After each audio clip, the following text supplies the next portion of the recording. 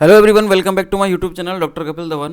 दोस्तों, आरपीएससी ने zoology subject के लिए असिस्टेंट प्रोफेसर का यहाँ पर रिजल्ट डिक्लेयर कर दिया है। अभी कुछ देर पहले ही ये रिजल्ट डिक्लेयर हुआ है, ठीक है। और इसमें हम देखें, पहली बात तो में देखते हैं कि इसमें नंबर ऑफ पोस्ट कितनी थी। यहाँ पर आप देख पाएंगे कि ये जूलॉजी की नंबर ऑफ पोस्ट 64 थी और 64 पोस्ट पर इन्होंने जो कैंडिडेट पास किए हैं दोस्तों, वो यहाँ पर 361 कैंडिडेट पास किए हैं इस बार इन्होंने, ठीक है। जो लगभग आपके 5.5 गुना के लगभग यहाँ पर आ जाता है, ठीक है।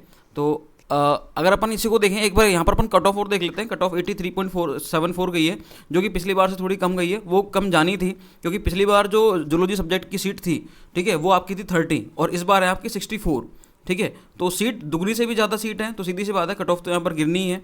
तो इसलिए यहाँ पर कट ऑफ पिछली बार जो है वो 98 के समथिंग गई थी। मैं आपको दिखा देता हूँ, ये पिछली बार की कट ऑफ है, ठीक है। देखो, आप देख पा रहे हो जूलॉजी सब्जेक्ट का जो रिजल्ट है ये 2022 यहाँ पर 5 जुलाई 2022 को आया था, ठीक है, जिसकी कट ऑफ जो गई थी 98.80 गई थी। और पिछली बार जो कैंडिडेट बुलाए थे 30 सीटों पर इन्होंने 129 के आसपास बुलाए थे, जो कि लगभग 4.25 गुना के आसपास के यहाँ पर कैंडिडेट थे, जिनकी कट ऑफ 98 गई थी। इस बार थोड़ी कट ऑफ यहाँ पर गिरी है 83.74, जो कि नंबर ऑफ वैकेंसी की वजह से भी हुआ है, ठीक है। और थोड़ा पेपर का भी हो सकता है, वो अपने जूलॉजी वाले सब्जेक्ट जो सर हैं वही बता सकते हैं।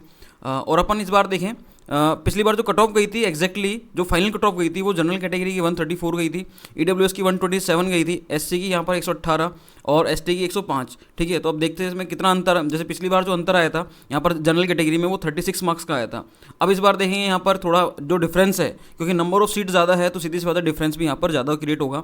तो 83 से जो कट ऑफ है ये, तो अब इससे तो ज़्यादा जानी चाहिए कट ऑफ ये, ठीक है। जो डिफरेंस आया था पिछली बार 36 मार्क्स का, इस बार भी कम से कम इतना तो आएगा ही आएगा ये, ठीक है। और हो सकता है कि नंबर ऑफ सीट थोड़ी ज़्यादा है तो हल्का सा गिर भी जाए ये डिफरेंस। तो एग्जैक्टली जो कट ऑफ का आइडिया है वो तो जूलॉजी वाले जो सर हैं जो इन्होंने इसके बारे में पढ़ा है, ठीक है, जो इसके जो पेपर एनालिसिस किया है जिन्होंने, वो इसके बारे में प्रॉपरली बता पाएंगे।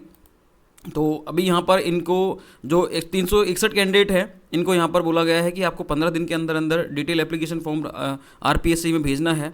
इसको आप बाय पोस्ट भी भेज सकते हैं और खुद मैनुअली जाके भी इसको आप जमा करा सकते हैं, पर्सनली जाके भी, ठीक है। 15 दिन के अंदर अंदर आपको भेजना है ये। इंटरव्यू की डेट भी आपको जल्दी बता दी जाएगी, लेकिन अभी काफ़ी सारे सब्जेक्ट के इंटरव्यू यहाँ पर अभी होना बाकी हैं, ठीक है, जिसमें अपने फिजिक्स का है, केमिस्ट्री का है, जूलॉजी भी हो गया, बॉटनी भी है, मैथ्स भी है। मैथ्स का अभी कल ही रिजल्ट आया है, आपको पता होगा। उससे पहले हिस्ट्री सब्जेक्ट का रिजल्ट भी आ गया, ठीक है। तो काफ़ी बड़े बड़े सब्जेक्ट हैं जिनके यहाँ पर रिजल्ट आ गए, उनकी इंटरव्यू होना बाकी है। तो हो सकता है कि आपके इंटरव्यू में थोड़ा सा समय लग जाए, तो आपको अभी प्रॉपर टाइम मिल जाएगा इंटरव्यू की प्रिपरेशन के लिए।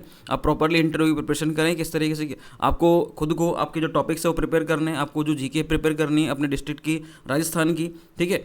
और भी अगर इंडिया या इंटरनेशनल लेवल पे करनी है तो उसमें फिर राजस्थान का इन्वॉल्वमेंट होना चाहिए उस तरीके से।